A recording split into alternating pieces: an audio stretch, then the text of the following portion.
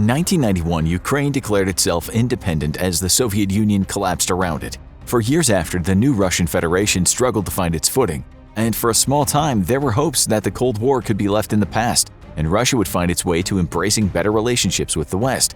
However, those hopes were dashed with the election of President Vladimir Putin, a Cold War-era Soviet spy who was still stuck with a Cold War mentality. For Putin, the Soviet Union might have collapsed, but the dream of Soviet greatness wasn't dead, and the one thing standing between his dream and the new Russian Federation was the West. In Putin's eyes, Russia was forever locked in a zero-sum game with the West, and there could only be one victor. As the Soviet Union disintegrated, newly freed Soviet republics and former client states immediately sought out membership in the North Atlantic Treaty Organization. For those former republics and client states, it was the only way to guarantee their newfound independence after decades of brutal rule and oppression by the Kremlin. The Soviet Union might be gone, but nobody had any illusions about the Russian Federation suddenly wanting to be BFFs with the world, and the election of Vladimir Putin only reinforced a growing need for NATO membership.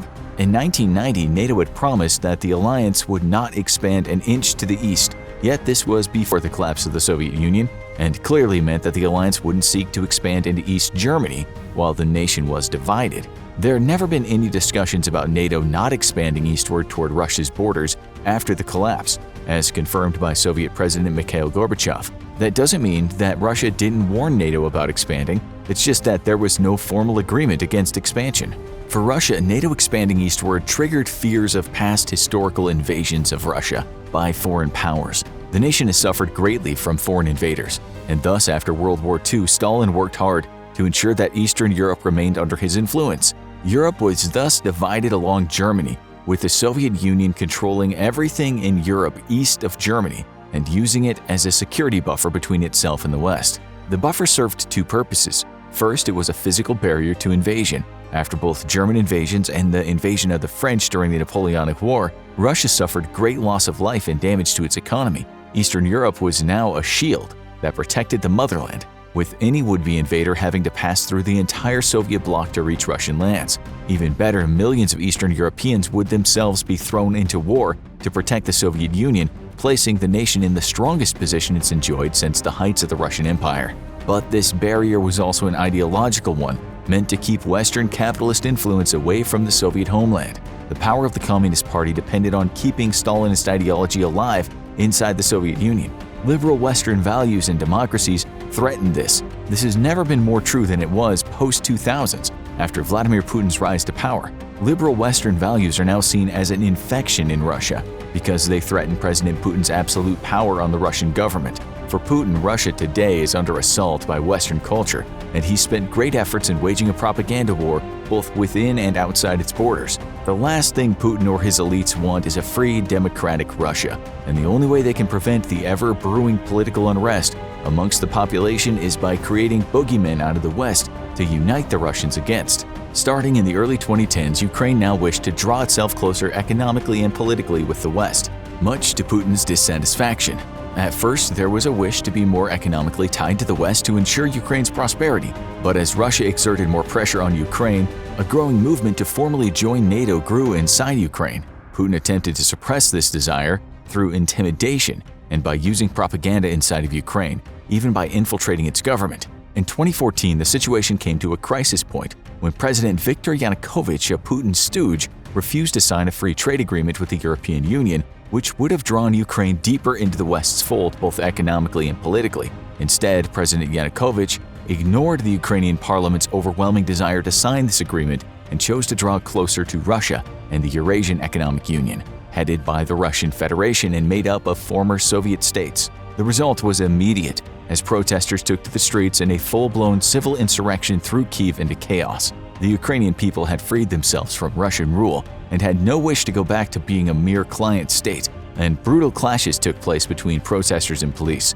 The Revolution of Dignity, as it came to be known, resulted in the occupation of the government buildings across Ukraine and the expulsion of President Viktor Yanukovych from power. Soon after, Yanukovych went into exile in Russia, and Russia responded to the coup by taking Crimea and supporting the breakaway provinces of Luhansk and Donetsk. Russia orchestrated pro-Russian demonstrations in Sevastopol, and 4 days later, Russian troops without insignia stormed into the parliament of Crimea and seized it, while other Russian troops took key strategic sites along the peninsula.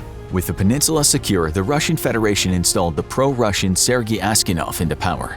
Shortly after, there was a referendum that resulted in 97% of voters choosing for Crimea to be absorbed by the Russian Federation. Perhaps unsurprisingly, those votes were never verified by any independent agency, and the United Nations voted overwhelmingly to consider the referendum illegal.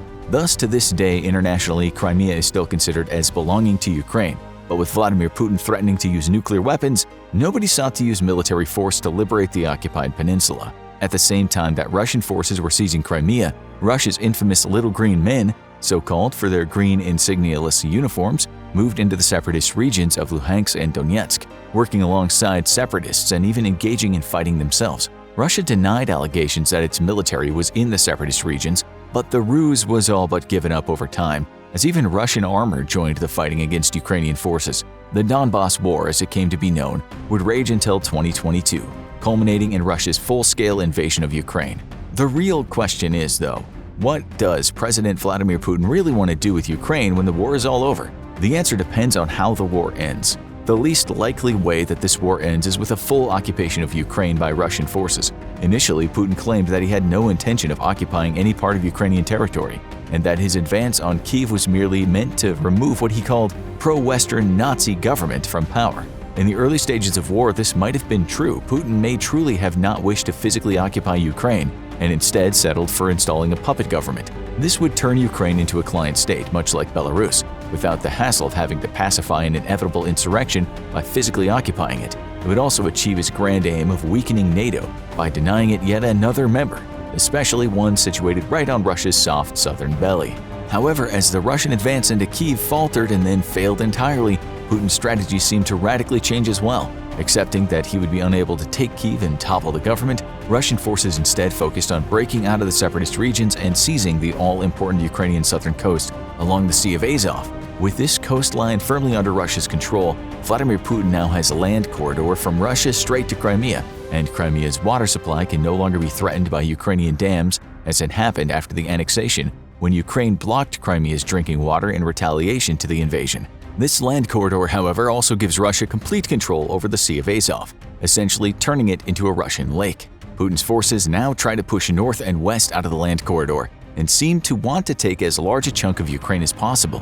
What's more important, however, is extending a corridor to the west, all the way to Odessa and the Moldovan border. This would give Russia complete control over Ukraine's shipping ports and thus allow it to choke off Ukraine economically, but also allow it to link up with its forces inside the Moldovan breakaway region of Transnistria. Russia currently has 1,500 personnel there, and it's greatly feared that linking a land corridor across southern Ukraine will allow it to move more forces into the region and eventually take all of Moldova. This will give Russia control over half of the Black Sea and extend a security buffer out from Russia's vulnerable southern regions in case of a war with NATO. It's now certain that Putin wishes to completely annex occupied territories inside of Ukraine, as starting May 1st, the ruble was introduced as the official currency in the occupied areas that remain relatively stable and in Russian hands. Street and building signs were also all taken down and replaced with their Russian equivalent, and Russia guaranteed the pension payments of Ukrainian pensioners living in the territories. Even more importantly, Russian state TV was brought to the occupied territories, allowing Russia to feed those living under occupation a steady stream of Russian propaganda. Putin's goal is now territorial expansion, and it seems as if his plans for Ukraine hinge on what happens next in the war. Russian forces seem incapable of truly taking the whole of Ukraine, and the commitment by the West, especially the United States, to arm the Ukrainians makes it a complete impossibility that Russia will be able to take over the entire country. However, Russian forces may be able to seize that all-important land corridor to Moldova and take Odessa, even though this is in question, seeing as 3 months into the war, Russia is yet to bring Mariupol under its full control. Further west, Kherson is a critically important city to capture, and as of the writing of this video, Ukrainian forces are launching successful counterstrikes against Russian forces around the city. This makes a breakout to Odessa extremely unlikely, but this isn't Russia's only problem. Corruption and incompetence across all levels of the Russian military have resulted in massive casualties and great loss of equipment in the invasion. The effects of these losses on Russia's ability to continue fighting are only compounded by the astounding amount of sanctions levied against Russia by the international community. Of greatest importance, though, are those targeting Russia's foreign reserves, which fund the war. and of which half have been frozen by Western governments. Of second most importance is the complete ban on selling electronic components to Russia, which are desperately needed by its military to rearm itself with 21st century weapons. Already, Russian drones and other advanced weapons are being discovered with computer chips ripped out of coffee makers and dishwashers, and Russian jet fighters have been discovered with commercial GPS devices taped to the dash. With the West feeding Ukraine a steady diet of high-tech Western weapons, and with Russia's own stockpile of advanced equipment drying up, it's becoming increasingly impossible for Russia to truly win inside Ukraine. As Europe is committed to an incremental ban on Russian energy imports over the next year or so, Russia's economic situation will only grow more desperate, and its ability to continue this conflict will be in serious jeopardy. Russia is thus likely to attempt to settle the war by holding on to territories it's managed to secure, adding them to the Russian Federation, and weakening Ukraine. Ukraine itself has been willing to compromise by becoming a neutral nation, with neutrality enshrined in its constitution and thus seeking no closer ties to the West. However, Ukraine wishes to have guarantor states sign this neutrality agreement, with nations legally bound to come to Ukraine's defense in case of another Russian invasion. Yet, as reports of Russian brutality against civilians continue to surface from occupied areas, Ukraine's President Volodymyr Zelensky has stated that he is less and less interested in such a deal. Ultimately, unless Russia achieves some miraculous battlefield reversals, Putin's future plans for Ukraine may not matter at all. Now go watch What's Wrong with the Russian Military, or hurry and click this other video instead.